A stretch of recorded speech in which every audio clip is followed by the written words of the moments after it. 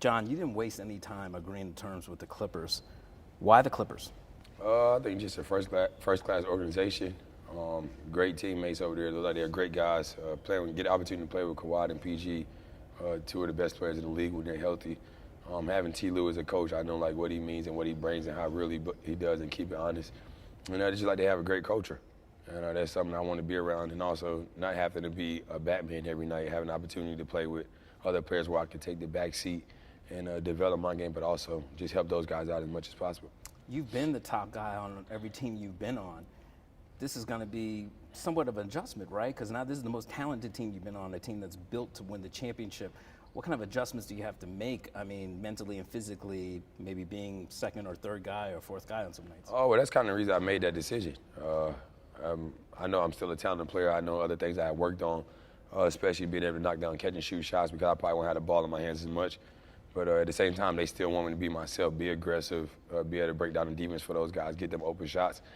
And I think sometimes in the fourth quarter, a lot of teams just key in on Kawhi and Paul George. I think that's an opportunity for me to excel at, and it should be fun. For a guy who's averaged 9 assists for his entire career, what do you think when I tell you Kawhi Leonard running on one side of you, Paul George on the other side? Still can't believe it. I can't wait till I have the opportunity to be on the floor with those guys. And I've just always been a pass-first point guard. You know what I mean? If I have the opportunity to score and take over games, I can do that. But my most best attribute is being able to pass the ball and be a great two-way player, to defend at a high level. And that's something I want to be able to bring to this team and try to hopefully lead the league in assists. You talked about it briefly because you're at your best when you have the ball in your hands. But on this team, Kawhi has the ball a lot. Paul George has the ball a lot. What kind of adjustments do you have to make to your game? Is it a lot more off the ball, catch and shoot type of things? At the same time, I think I still have the ball in my hands at times to be aggressive and pick and rolls and make plays for those guys. But a lot of times we know those guys had the ball.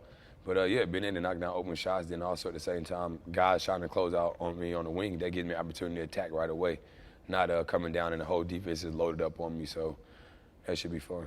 Yeah, what's that going to be like? You've already thought about it. That you don't have to face the top guy defensively now every night. What's that going to be like maybe when the third best defensive guy is guarding you? It's going to be time to see. I just can't wait for it, you know what I mean? Because I always had the best guy guarding me, 94 feet, fighting over screens and all those type of things. Now you're telling me third or fourth best guy defend on the court. He's going to have to be able to be in for a long night. How would you describe your relationship with Paul George? Where did that start? I think just when we was pre-draft that year. And he was on the other end working out. I was on this side working out. Or he'll come in an hour after me. And we just continue to talk, continue to be friends. You know what I mean? Being around USA, the select team basketball, being there, playing them in the playoffs when we play Indiana. And just been in L.A. throughout the summer. My first 7 years, I lived in L.A. working out. And I think like 2015 and 16, I tried to get him to come there when he was about to leave Indiana. It didn't work. And then this whole like last year or two, we just been communicating, talking like hopefully it could happen, trying to make something happen. And then when the opportunity came, I took full advantage of it. What did he say to you to kind of convince you to come? It really wasn't nothing to be said. I mean, I watched that team from afar for a long time, and like this point in my career, I could have probably signed anywhere else and tried to be the man. But I feel like I'm past that stage. And I mean, you got to mature and sometimes take your pride away, and that's something I'm willing to do. I feel like it's all part of God's plan, but I feel like I'm just like the missing piece they need for this team to help them get over the hump, like you said, helping those guys push pace, making the game easy for them, letting those guys get some catch and shoot shots, and I think that's what I could do. One thing that people have talked about this team perhaps missing is a little leadership and also the point guard position. Do you feel like you're the missing piece for the Clippers as far as winning a championship? Hopefully so. I mean, most important thing, we all got to stay healthy, and especially me. You know what I mean? A lot of people don't know my story. They think I just have a lot of injuries, but when I tell my story about how my injuries was, they understand it was never really nothing I could control. But I put the work in. That's something that never goes unnoticed with me. But I feel like I can be that guy for them, and I'm not trying to come over and take the role from Kawhi or PG. I'm just trying to be that guy that can help lead this team, get them in offensive sets when things get stagnant, push the pace for them, because I know they haven't been a high-paced team in the last couple of years. I think you said you've also talked to Kawhi. When did you talk to him, and what was that conversation about? When I was going there, when I went there when I finally cleared, the agency got, what is it called? Bought out? Yeah, no, not when I got bought out. When I cleared waivers. Yeah.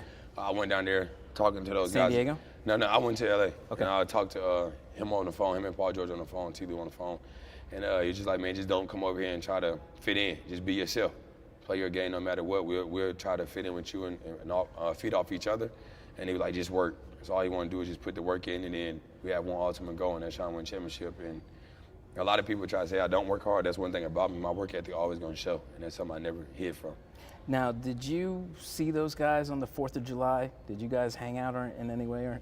Oh, no, I hung out with Brandon Boston, Okay. my young fella from Kentucky. I got on the boat when he seen the fireworks and stuff like that. Okay. And what was that like with Brandon? Because I know you guys are both Kentucky. Oh, it's dope, man. Just trying to, a young guy that's so talented that probably should have won in the first round but didn't. Yeah. So, you know what I mean, you lose your confidence a little bit. But I think he went to a great situation, been around a lot of great veterans, been around a great coaching staff with T. Lue and those guys. And he asked a lot of questions, and you know what I mean, that's what I like to do is give back all the feedback that I can give, what I learned in my 13 years in the league to help these young guys. John, we haven't seen you play since the last time we saw you play was April in 2021 when you had like 23-7 against the Clippers. What can people expect from you? What do you expect from yourself this season? What do I expect? Yeah.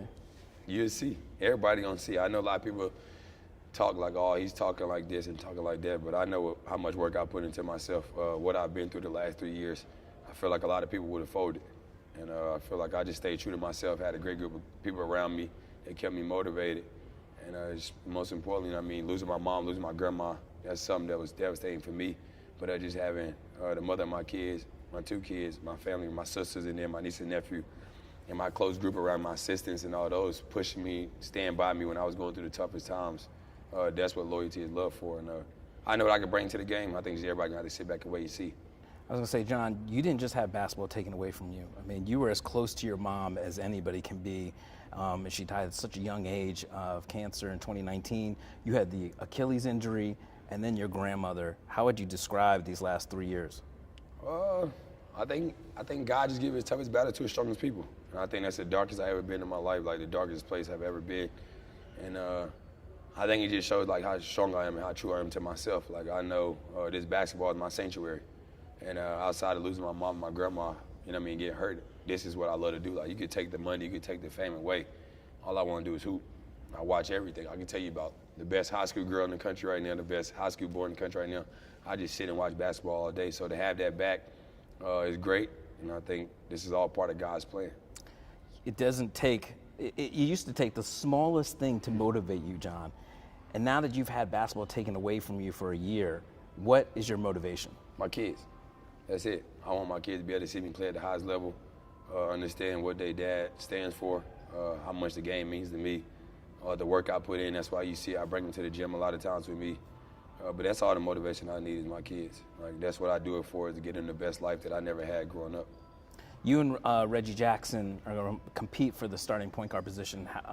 How do you see that, and do you welcome the competition? For sure. I'm a competitor just like he's a competitor. We're 2 great talented players. He's been great for this team the last couple of years, especially when guys been out and even when they haven't been out. And we're just going to battle it out. You know what I mean? That's what it's going to have to be, battle it out and figure it out. And whoever gets the starting role, you give them that respect. And whoever come out the bench, we give them that respect. But we all got one ultimate goal as a team. It's not about to be me versus Reggie in training camp or anything like that. It's about what can we do to be the best to fit in what position we can be to help this team win. What did Ty talk to you about as far as your role, and what's your relationship with him? Just getting to know him now, but that's what he basically said. Like, just because you're a 5-time All-Star don't mean you're going to come in and start. Just because Reggie been here the last couple of years don't mean he's going to come in and start. Just let us go out there and play basketball and compete at a high level and try to figure out who fits best with which situation we could do for this team. And at the end of the day, whoever gets the nod is good for it. I'm not mad about it, but we all know what we're trying to do, and that's win the championship. Being the quarterback that you are, floor general, what did you learn during your time in D.C. playing alongside Bradley Beal, and even in Houston with such a young team that was rebuilding, about being a leader and maybe being a better leader, and what you're going to bring to the Clippers? For me, I just got to think early on coming in, number 1 pick, I didn't want to say too much. I just was laid back and just led by example. Then over the years, I learned how you have to talk to certain guys. Some people you can yell at, some people you have to babysit. That's how it goes. But Houston was Washington was perfect for me because I just was able to lead those guys, show them my work ethic, talk to those guys, try to put them in the best position to win. And that's kind of what I did in Houston. I knew we wasn't going to be like a great team or win a lot, but I just tried to mentor the young guys and tell them, like, well, this is how the NBA goes. This is what you can do to sustain yourself, have a long career. This is the work you need to put in. And I think that's all I can bring to this team. Do you think some people have forgotten about John Wall? For sure. A lot of people have forgotten about me. But it don't take long to wake them back up. Why did you wear? You're going to wear 11, right? You know that. What's behind that? What? You don't know? Man, that's been my favorite number for a long time. I wore it in high school. I wore to God. I wore it at Kentucky. I wanted to wear it with the Wizards, but Elvin Hayes had to retire. And then, Yao Ming had to retire in Houston. Yeah. So that's why I feel like it's all part of God's plan. I get opportunity to play with the most talented team I've been in, be in a great situation, and I get my favorite number back. Now, you talked about playing Los Angeles. You guys are going to be sharing the same arena with the Lakers. Both teams are competing for a championship. What do you think is going to be like throwing you into the mix of that for the first time? What do you think that dynamic's going to be like? I love the stage. When the lights is bright, that's the best time to perform. So I'm excited for it.